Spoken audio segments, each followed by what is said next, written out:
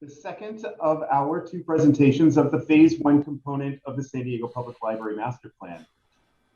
My name is Patrick Stewart. I'm the CEO of the Library Foundation, and I'm grateful that you've decided to join us this afternoon. Before we get started, I'd like to introduce our presenters, Jill Eyres, Senior Associate from Group 4 Architecture, Research and Planning, and Carson Block from Carson Block Technology, both of whom led the consulting efforts in the development of the plan thus far, and Misty Jones, Library Director for the San Diego Public Library.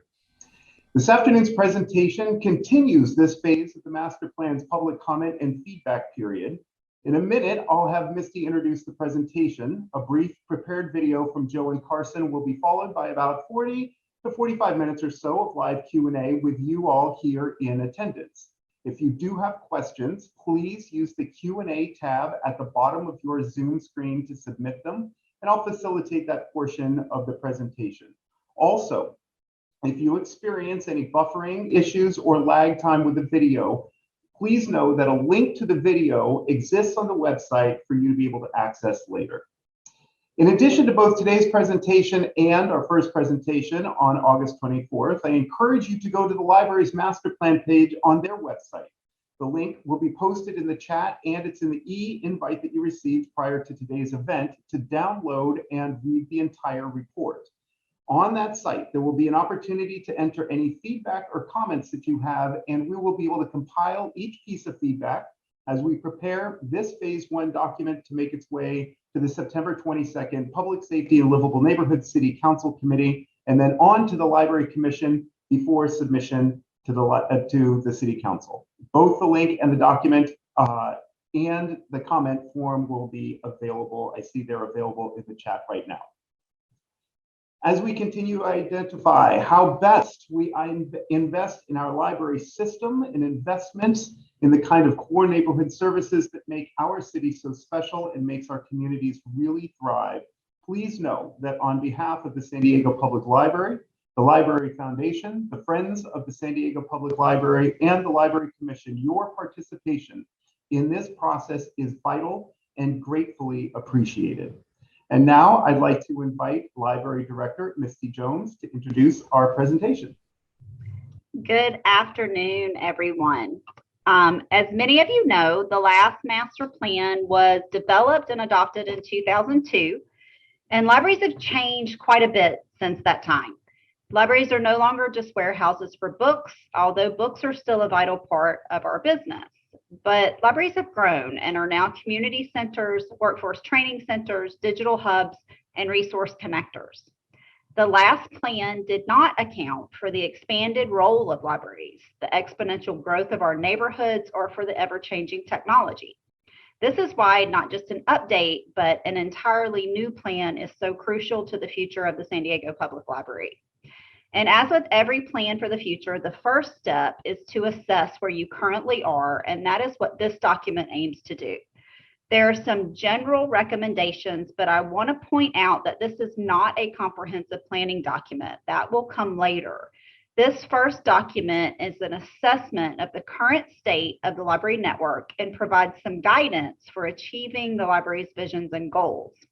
As many of you know, my goal is to be the best library system in the world, and this, I think, is the first step to getting us there.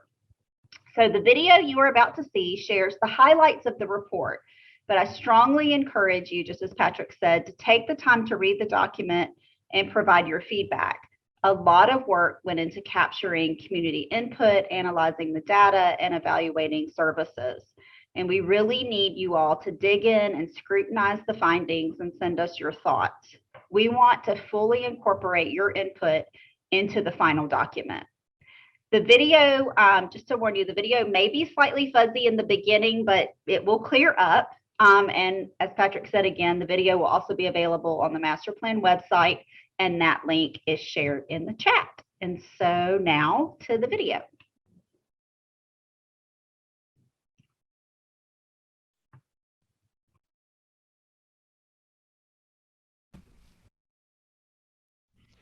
Hi, I'm Jill Eyres. I'm with Group 4 Architecture, Research and Planning. And I'm Carson Block with Carson Block Consulting, and we're here to tell you about the San Diego Public Library Master Plan Framework. Thank you, Carson. We've been working hard on this plan over the past 2 years, and we are super excited to have the opportunity to share it with you.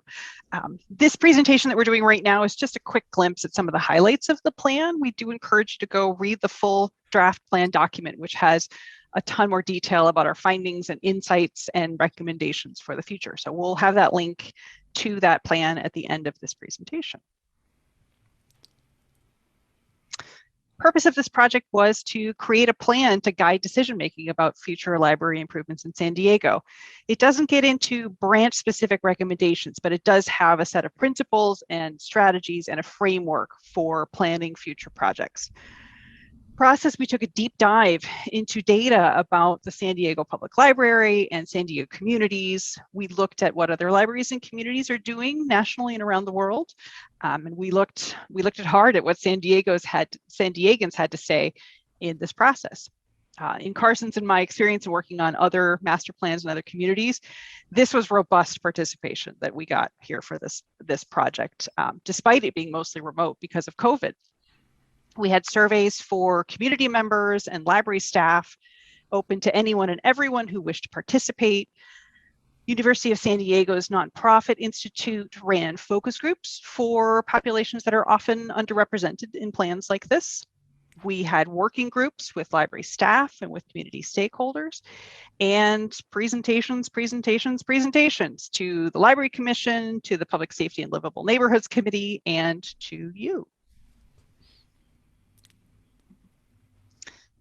San Diego has a master plan that's been in effect since 2002, and that plan has been very successful. It was adopted with an emphasis on expanding library space to accommodate past and future community growth in San Diego. And it was very successful. You got a beautiful new central library. You've got some beautiful new branches. A couple are still in the works. New San Carlos and Ocean Beach expansion are still being planned. After the last 19 years, you've got 80% more library space now than you did in 2002, and significantly expanded library service in San Diego. However, some areas of San Diego still have more library space than others. More than half of the library's branches weren't improved over the last 19 years. As I said, that plan was focused on expansion. Not a comprehensive look at all the facilities and what they needed. So many of the branches that weren't touched that master plan are in some of San Diego's older and less affluent neighborhoods. They tend to be smaller or very small. Many of them are crowded, and they struggle to meet community needs. And a lot of them have moderate to significant maintenance needs. There was a 2016 study that the city did of all of its facilities. And at that time, 5 years ago, there was already about a $50 million backlog of maintenance needs in just these libraries that weren't touched in the last master plan. So these kinds of deficits definitely affect how the access the community has to library services and to the San Diego Public Library's ability to provide services. That's right. And space itself is challenged. The library expansion projects over the past 20 years just didn't add enough space to stay ahead of population growth. Over time, needs and priorities for library services, for technology, for collections also grew, and they also diversified. Demand for space in libraries to work, to collaborate, and gather is only growing. Now, looking ahead, San Diego Association of Governments project 20% more population growth over the next 30 years, and that will put even more strain on San Diego's libraries. SDPL is a highly creative and innovative organization, but serving the community also requires resources. SDPL's budget hasn't increased nearly as much as the amount of space it now operates. Now, even with major contributions from community donors and organizations such as the San Diego Public Library Foundation and the Friends of the San Diego Public Library, SDPL's operating budget is still significantly less than the California state average. So what this means is the library's collection is too small to meet community needs, particularly for materials in multiple languages as well as new and popular titles. Library technology is insufficient and outdated, especially in the neighborhoods where it is needed the most. And library staff are stretched thin and don't always have the time, the training, or the tools to meet patron needs. This plan provides a framework for an equitable, resilient, and high-performing network of libraries for San Diego. This framework is specific to the needs of San Diego, and it was informed by library trends and best practices from around the globe. But it also leverages the experience, the strengths, the innovations, and the success of San Diego Public Library's experience serving San Diego communities. It incorporates the ideas and input as well of thousands of San Diegans who have participated in the planning process. Just a quick look at some of the principles and strategies in the plan. Strategies and principles about place. Every library in the San Diego Public Library system should provide a wow experience for patrons. It should be a place that they want to come back to over and over and over again. Recognizing that different communities within San Diego have different needs and different priorities for library service. The branch libraries should embrace that and tailor services and spaces to meet those local needs and opportunities and priorities. In other words, there's no one size fits all library that's right for all of San Diego. That said, there is an interest, we heard over and over again, an interest in programs and events and gatherings in the library. So every library in San Diego should have the ability to host programs and events. The framework proposes a new metric for branch library space that will provide more room for the community for programming, for technology, for collections, for current and future populations. That metric also can be used with a proposed methodology for planning library space that will ensure equity throughout San Diego in access to library space and services. The framework proposes a minimum size for new and expanded library branches.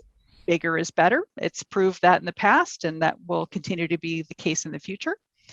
The last master plan, the 2002 master plan, also, its strategy was to look for opportunities to replace the smaller, older, tinier branches with newer, bigger, better ones. And that strategy was successful and should continue in the future.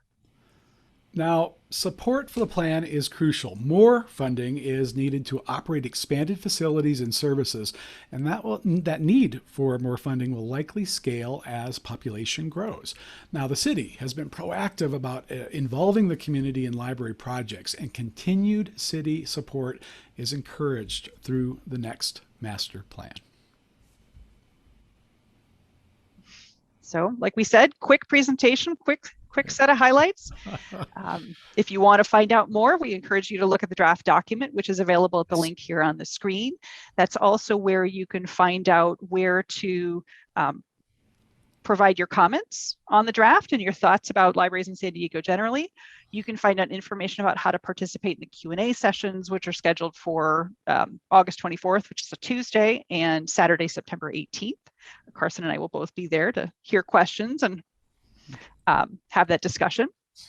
There's going to be an information update at the Public Safety and Livable Neighborhoods Committee meeting in September, which is a public meeting. So if you're interested, feel free to join us there as well. And thank you so much for sharing a few minutes with us today. And we look forward to hearing your thoughts on the draft plan. Thank you so much. Hope to see you soon.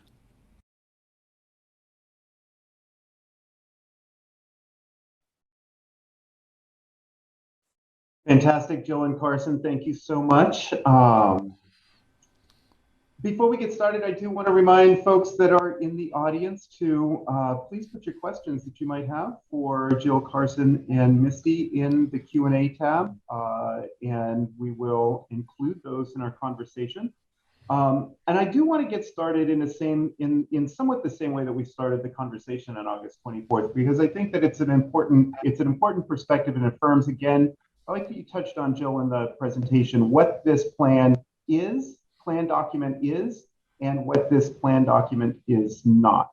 An interesting comment, and I believe that this was earlier on, an interesting comment, said that the plan reads like a diagnosis of symptoms versus a plan of treatment.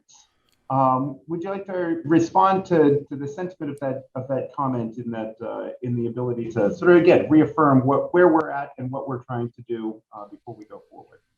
Yes, I do love that metaphor. I really do. It's such a great way to describe sort of what we did in this phase one of the plan and what's next. This plan was, to use the sort of diagnosis metaphor, it was your doctor telling you that your cholesterol is too high. You need to get out more active. You need to put more fruits and vegetables in your diet, right? This was a look at where you are now, what's working and what needs to be changed. Where it didn't go and will go next in phase two is into putting together the specific diet plan, specific exercise plan, all the things you're going to change in specific ways in order to reach that goal.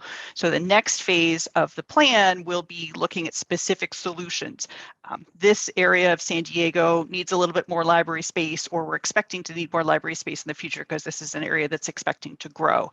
What are the specific opportunities that the city has to expand library space? Where does that make sense? When might that be needed? What should the city budget in order to make that happen? This was a long process. Because of COVID, it ended up being almost 2 years, which has been a wonderful way to spend 2 years, during which we looked at all kinds of things about the city, about the community. And so there's some of the comments we've been getting on the public draft 2 are wondering if this is a strategic plan, or is this a cost of service plan? Is this a user study? Is this a study of how the library could provide service more efficiently or more effectively, how to draw more customers? And it unfortunately is not any of those things, but we did look at all of those things in putting this framework together so we can make sure that the library has a very resilient network of facilities and technology and infrastructure to support anything, hopefully, that the library needs to do to provide service to the community for the future. Thank you. Well, I think that this is a good time to ask. Judith Winker asked a question. Well, what's the time frame? What are we looking at post? I think we're winding up this phase one now through this community feedback phase. And what would you consider the time frame to be moving forward into that next iteration of a plan? Well, this is, I think, to Misty to tell us how Yes. how this process we'll get to the end of phase one, and then we'll talk about what a phase two might look like. Yeah. So what we are planning on doing, so this is the second, like we said, the second of 2 public meetings. We will be going to the Public Safety and Livable Neighborhood meeting on this week on Wednesday and presenting there to the council committee. And then they're going to go back and take all of the kind of comments and input that has, that we've gotten, just from the website, from the committee, from you all here, and incorporate that into the final document. And then once we have that, then the plan is to present that document to the Board of Library Commissioners, and then have the Board of Library Commissioners make a recommendation for the city to adopt the plan, to formally adopt this first part of the plan. And then that's when we'll start talking about the second phase. And so we really are looking probably into like the, January, February timeframe to really start looking at, how we're going to undertake the second phase and what that's going to consist of. But like we said, that's going to be a little bit more detailed and getting into a little bit more of the nitty gritty for individual locations.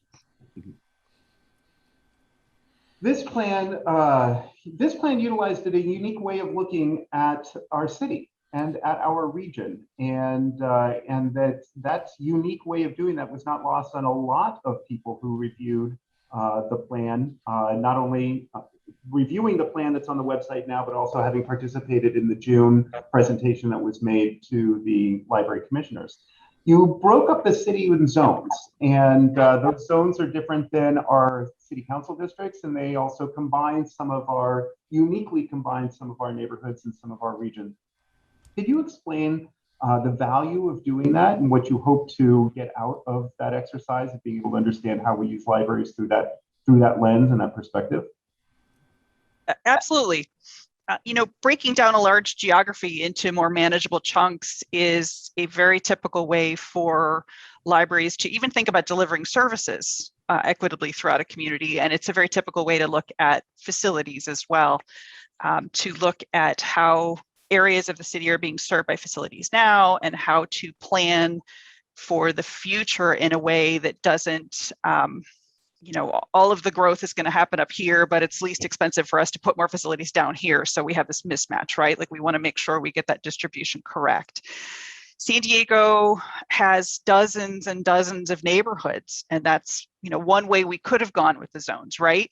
But thinking of a San Diego Public Library network as having dozens and dozens and dozens of branches, Misty might fall over if I told her that was what we needed to do.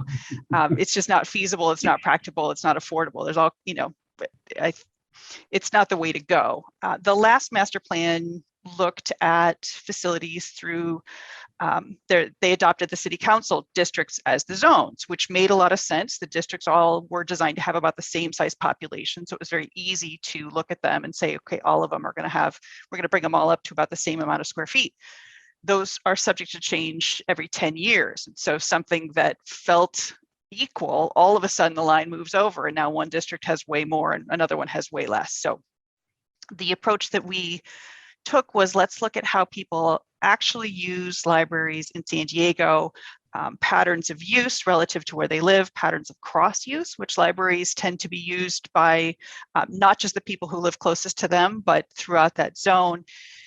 And then have that be our framework for analysis and our framework for putting the recommendations forward into the future. They're not hard and fast lines. They don't suggest anything about individual. There's plenty of people who only use the library closest to their home. There's nothing to say that everyone uses all the libraries in a zone. People cross the lines all the time, but it's just the way of thinking about this framework for now and in the future. They can absolutely be revisited and should be revisited in the future too. They, as libraries are improved, as things in San Diego change, transportation changes, more development happens, it's absolutely appropriate and encouraged to revisit those over time and make sure they still are correct. It would have been really easy, Jill, for you to say this was data driven. It was user driven mapping, and because that's really what it was. So for the geeks in our audience, that's the origin of this, is really looking at patterns. And I think something that's very strong, as we all know how dynamic San Diego is, this is also a kind of a platform and a model to use that is adaptable, as Jill said, because at the core it really is about looking at actual use and thinking about how the facilities can be leveraged to do that, plus all the enterprise things, all the things that apply to folks as they travel in different parts of the community using technology, for instance, and not things that are tied to a building. So data driven is part of it. Carson, could you give an example of what some of those additional sort of population data metrics would be used in the next phase? I think understanding now how this was used in this one. What kind of, just really quickly, what kind of examples are you talking about when you're talking about, additional data or specific pieces of technology? Yeah, sure. I think probably the easiest one to understand is that we know that we have within the zones, we've got different needs for technology access in the library. Right now, we have a lot of demand in the southern parts, in the southeastern part of the coverage area for San Diego Public Library, but not enough space and not enough capacity to be able to serve folks in that way. In the northern parts, we have people they have more access than they need. So they have a lot of their own devices that they need for accessing library technology. So what this will do is it'll help us suggest the sizes where we need something physical or a physical coverage area that we need to have with, for instance, lending technology, if that was a program that the library wanted to do, to target that.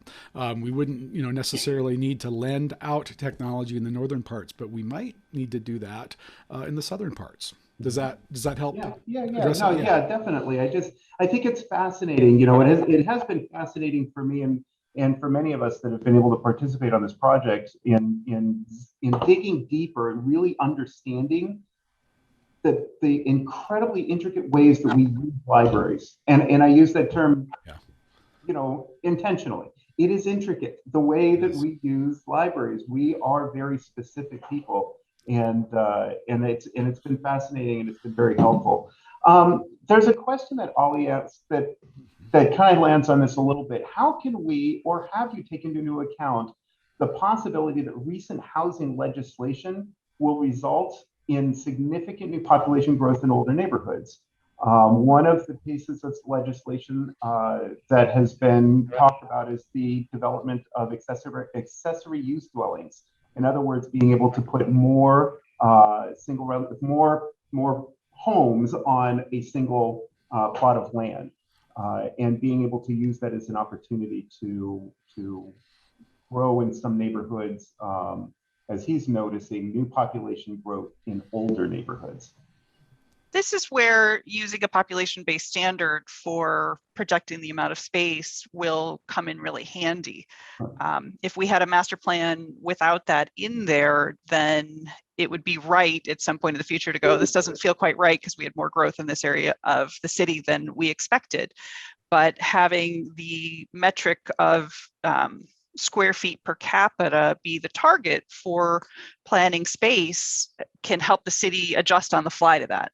If some neighborhoods aren't growing as fast, then maybe that, the priority can shift sooner to areas of the city that are having more rapid growth. But hopefully this is all making it very flexible and adaptable, a plan that doesn't become outdated the second something changes in a way that wasn't expected. Yeah. Well, one thing that I did notice in going through the comments that have been submitted to the website is that, several commenters wrote about supporting increasing the size of neighborhood branches. And I'm wondering if you can discuss just briefly how this would impact service, so not just space for space sake, but how this impacts service, and, perhaps how some of these larger branches can provide more diverse and sustainable services. Yeah, the analysis that we did backed up some of the things that Carson and I intuitively know from working with libraries throughout the country, which is that larger branches have the ability to provide more service, and they do. They're able to achieve those economies of scale of each of the services that give people the confidence that if they make the journey to the library, they'll find what they need there. They'll find the book on the shelf that they're hoping for. They'll find a seat that's open that they can sit in, or a computer will be available for them. There'll be a group study room or space in the program room, whatever it is, right? It becomes very rewarding to set out because you're very confident you'll find something there. And that's what we found in the data about San Diego Public Libraries facilities. The bigger ones do provide more service. And they tend to provide it more cost effectively on a per square foot basis. Some of the smaller branches cost just as much to operate and staff as some of the bigger ones. And that's no reason to say we should close the smaller ones, but it does allow us to think, wow, that small one could be bigger and not cost a whole lot more to operate. So why wouldn't we think about doing that? Sure. Funding comes, oh, sorry, Misty, were you going to say something? No, I was going to go back a little bit to the talking about the population growth in older neighborhoods. And this is really kind of the impetus for this redo of the master plan was the Oak Park community. And it was left off completely from the last master plan effort because the projection was that the population would only grow by about 4 to 5%, and it's grown about 40%. So, as we in San Diego just continues to grow rapidly. So, well, and funding comes up a lot, and I know that the last time that we met, we had a large conversation around the challenges of equity and equity around being able to align resources. I noticed in the comments this in preparation for today's event that funding continues to be a priority, or at least a conversation around funding. And there is a pretty significant perceived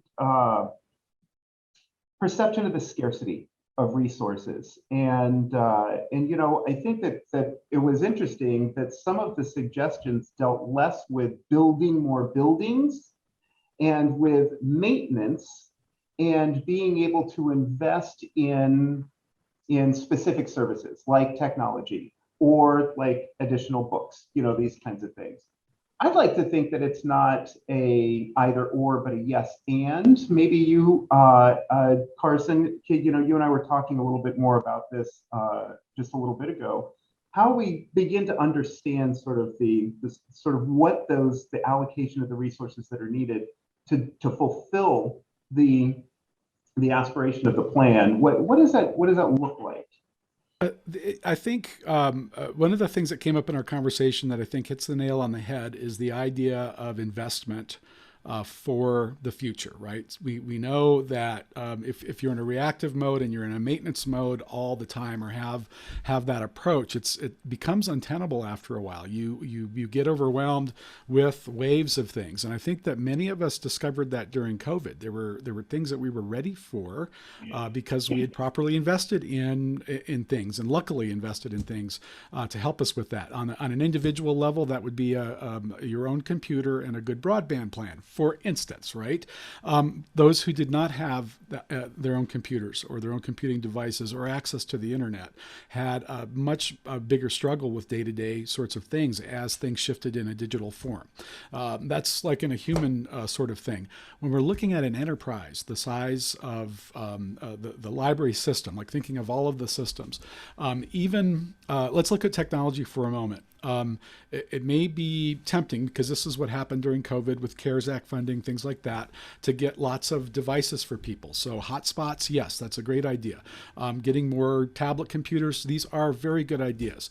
My first thought as a technologist is all those things need to connect to something, and that something is something no one looks at, which is the infrastructure. And one of our recommendations in a much shorter term, even within this plan, this is more of an assessment. We did make some technology recommendations, but one of the recommendations is to use options that exist right now to shore up that connectivity so that it's even more scalable than it is now. So in other words, it can grow as demand grows.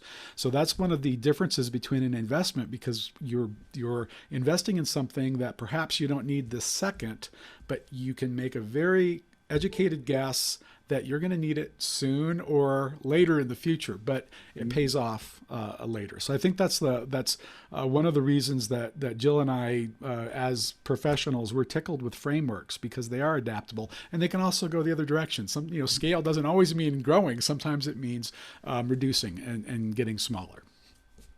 Patrick, I noticed the same things you were noticing in some of the comments that were coming in, and they're heartbreaking. Yeah. Everyone is experiencing the library is under-resourced, and everyone experiences that in a different way. But the comments of we should, I put a hold on a book, and I was disheartened to see that I was going to have to wait for 100 people ahead of me in line until that book was my turn. So we should invest in books, not the facilities. Someone else said, we should invest in better technology rather than buildings. We should maintain what we have rather than expanding. I'm afraid that if we spend money on facilities, we'll have to leave some services behind. And that sort of like heartbreaking scarcity mentality. It reminds me of, I went to see my state senator, Joe Simidian. He's a wonderful library enthusiast and advocate in California. He gave a talk maybe 10 years ago, and he said a library's budget within the broader organization, it's always crumbs. It is the crumbs of the organization that the library gets, and it's always the first one that gets cut when there's a perception of deficit or that something else needs. And starting to think differently about all the things the library can do with those crumbs. And if we just gave them a couple more crumbs, like we wouldn't have to make these terrible choices, right? She wants 2 more crumbs.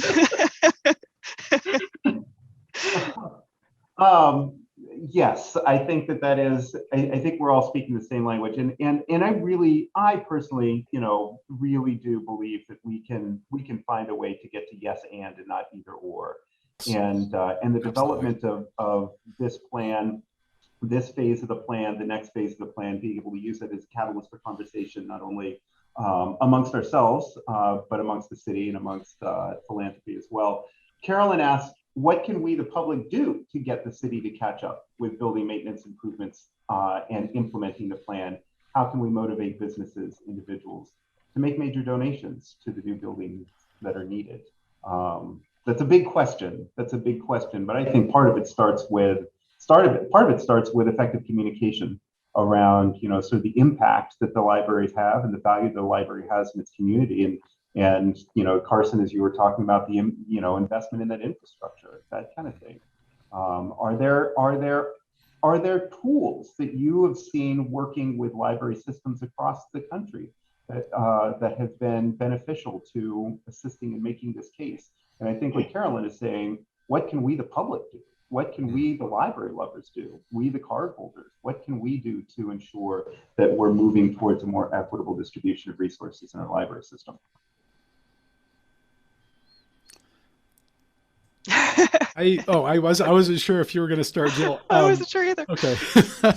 I think part of this is really this is a soft way of handing this to Misty, because what I've seen, though, because this is where it comes from. This is not there are techniques and methods, but they all come down to excellent, strong leadership and open communication. So this is much of this often falls in the director's purview to be able to facilitate these things, because there's conversations that Misty is able to have on the city level, and from the public level there is the voice of support for needs that we've seen. And as a means of encouragement, when we think about the response that we had to the public survey, we had 7,500 responses, extremely healthy response, and these responses were by and large supportive of positive change and in recognition of the things that are working so successfully at the library.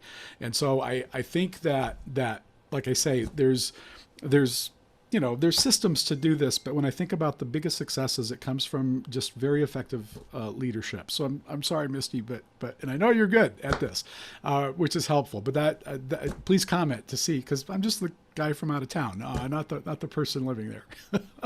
No, the advocacy is, and this is where we really have been working really diligently over the last few years, and that's with the the help of the Library Foundation and the Friends of the Library and the Commission, is being advocates all the time for the library, and not just when we're potentially on the chopping block for our budget or we might be losing hours.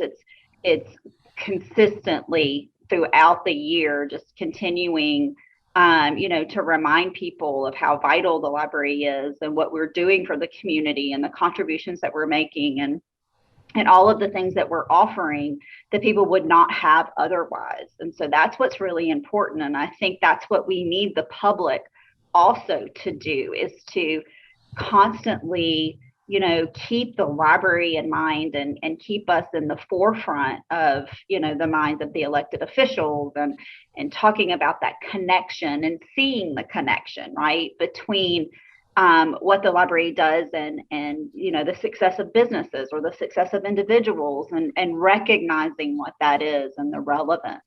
And that's what's helpful. And that's what has, the last 3-4 years has kept us from having major budget cuts and has allowed us to be able to do some really significant things, and has gotten us additional funding for some of the great projects that we've been doing, is because people are recognizing what it is that we're how we're contributing. And so I think that is, for me, would be my ask, is for people to remember that, and to not just come out and speak up for us should something drastically bad be about to happen.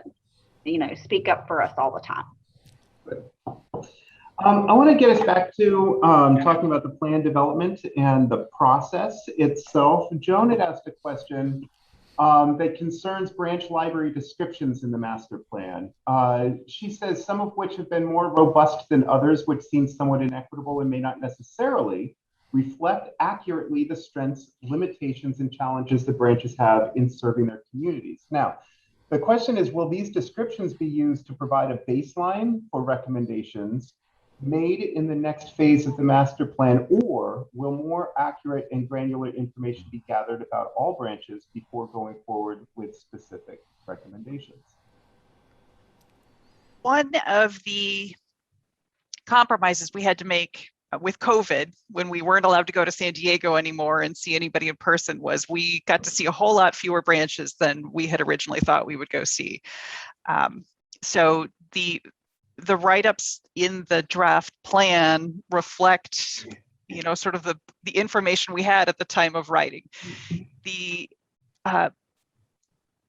information has been trickling in. We've been getting feedback from people. Just got an email yesterday forwarded from some members of the College Rolando Library community, wanting to make sure we knew that some of the statistics we were seeing that might have seemed lower than we thought were because their driveway was closed for some period of time and people thought the library was closed. So that's all very valuable. That's stuff that we just didn't know. We will work that in to the extent that we have it before this plan is finalized, but the phase 2 will go back and do a more thorough look at each of these branches, particularly the ones that weren't improved, weren't considered through the last master plan, or that hasn't been implemented yet. So fear not, I hope.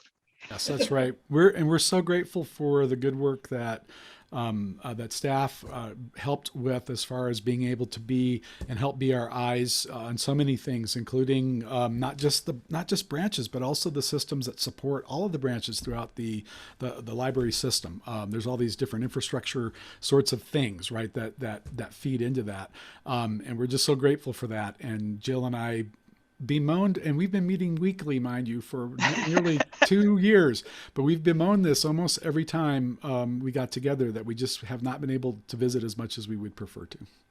Oh, we can't wait to have you. We can't wait to have you, and we can't wait to show you all of the wonderful work that all of the branches do. Yeah. Another question that's come up quite a few times, and Misty, maybe part of this is for you as well, and it deals with partnerships and the way that the library leverages its relationship with community partners. And this specific question deals a little bit more with digital products. Is there built into the plan coordination with other institutions in the city? This question refers specifically to UCSD. And if so, what has been the reaction to participate with San Diego Public Library, especially with access to digital products? But maybe this can also be used as an opportunity to talk about the role of partnerships and leveraging those partnerships in a larger way. Yeah, so partnerships are the reason that we are able to do many of the things that we have been doing, and we're successful. We really, I think that we are especially good at forming partnerships, and really, very outcome-based partnerships that are good for both entities. And that's really hard to do, is to have partnerships that are not one-sided, but these are excellent partnerships for both institutions. We have an ongoing partnership with UCSD for a program for Library Next, which is it's career and it's educational programs for middle and high school students. It's workforce development and college preparation. We have, partnerships with the other, institutions we belong to. The Circuit, which the Circuit is, it's a consortium, a lending consortium with the 2 public libraries, the county and the city, and the 4 academic institutions in San Diego. And we share resources that way. We are also part of what's called the SARA cooperative, which is all of the libraries in the San Diego region down to like Imperial County and National City and Chula Vista. And we work together to get consortium-based pricing for a lot of the digital products that we have. Our ebook platform, I don't know if a lot of people realize, but our materials budget is pretty anemic. And so we do have to rely on, we have to make some pretty tough decisions in that area so that we're able to, get and really get as many resources as we can. But we have to leverage a lot. And so we're part of the cloud library. And the reason that we made that decision to go to the cloud library is we can link to other libraries in Southern California. And so we took what was, a $15,000 title collection that we had in ebooks, and we're able to expand that to over 150,000 just by belonging to that, to that collaborative. So, yeah, I mean, partnerships are part of what we do every day, and we've developed some unbelievably valuable ones over the years. And we'll continue to do so. We always are continuing to look for people to partner with so that we can, I think in this space, everybody has the same goals. And, and people realize that when you work together, you have a better chance of achieving those goals than if you work separately. So. Jill, Carson, I imagine understanding that those partnerships look like and the way that they operate will also play a role in the upcoming plan as well. Yeah. Yes. I was just thinking of all, because we of course there's lots of potentials that we see that go beyond the intent of the current plan, and I was just thinking, I don't want to talk out of school, but I was just thinking how excited I am about the Scenic Network in California. That's just what I was writing down. I noticed my little Sharpie came up to highlight that. One of the unique factors of California libraries is being part of a very robust broadband network that's a backbone like research educations have, research institutions have to share information. And there's lots of data being shared back and forth there. I think one of the most wonderful things of Scenic that hasn't been used by and large by libraries yet is libraries have been using it as a consumer of bandwidth, which is okay. That's totally cool. Mm-hmm. But I think the greater potential is to think about resource sharing among libraries throughout the state, since there is this sharing people skills and sharing different sorts of things across the state, if that was a model. And when I think about a candidate for being one of a partner in something like that, San Diego is right at the top of the list. Yeah, good. Ollie asked finally, should we immediately attack? I love this. Yes, the answer is yes, 100%. Should we immediately attack the anemic materials budget issue while also addressing it in the plan? Ollie, yes, we do. And that seems to be the central part of much of our advocacy conversations that we have going forward. So thank you for that. What I would like to do, since we seem to be closing in on the questions that have been coming in, before I have Misty make some final words, I do want to remind people that they would still be able to make comments on the library's master plan page. You'll be able to see the August 24th presentation and discussion along with the recorded one of this as soon as this is up. And we look forward to getting the feedback. The feedback has been thorough. Very thorough, and some really fantastic insight and recommendations. And so thank you all so much. Those links are going to be posted in the chat.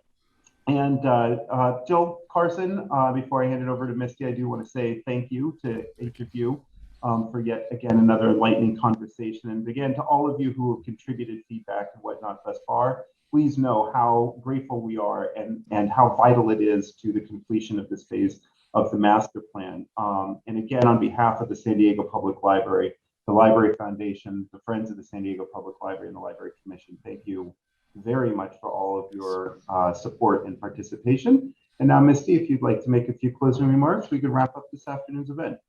Yeah, I want to echo and just thank everybody for being here and everybody for their participation. This is something that we can't do alone. And libraries are, whenever we talk about the library system, and always when I talk about, if I introduce myself to a group, I say, I'm the director for your San Diego Public Library. And that really is what it is. It is your San Diego Public Library. And so we want to make sure that whatever plan we develop, it reflects what the community wants to see in their library. And that's why it's so important for your participation and to provide your feedback and really to dig in and give us the nitty gritty details that we need to know, because we want a plan that is successful and reflects San Diego, all of San Diego. Please participate if you can in the Public Safety and Livable Neighborhood meeting on the 22nd. Provide your comments. You have opportunity for public comment during that meeting. Anytime you can get in touch, you can go on the website and provide your comments, but you can also just email the staff, email us the web library, and let us know what you're thinking. That's what we're here for. So again, thank you. We're really, really looking forward to, not just getting through the first phase, but starting the second phase. We're really looking forward to making some significant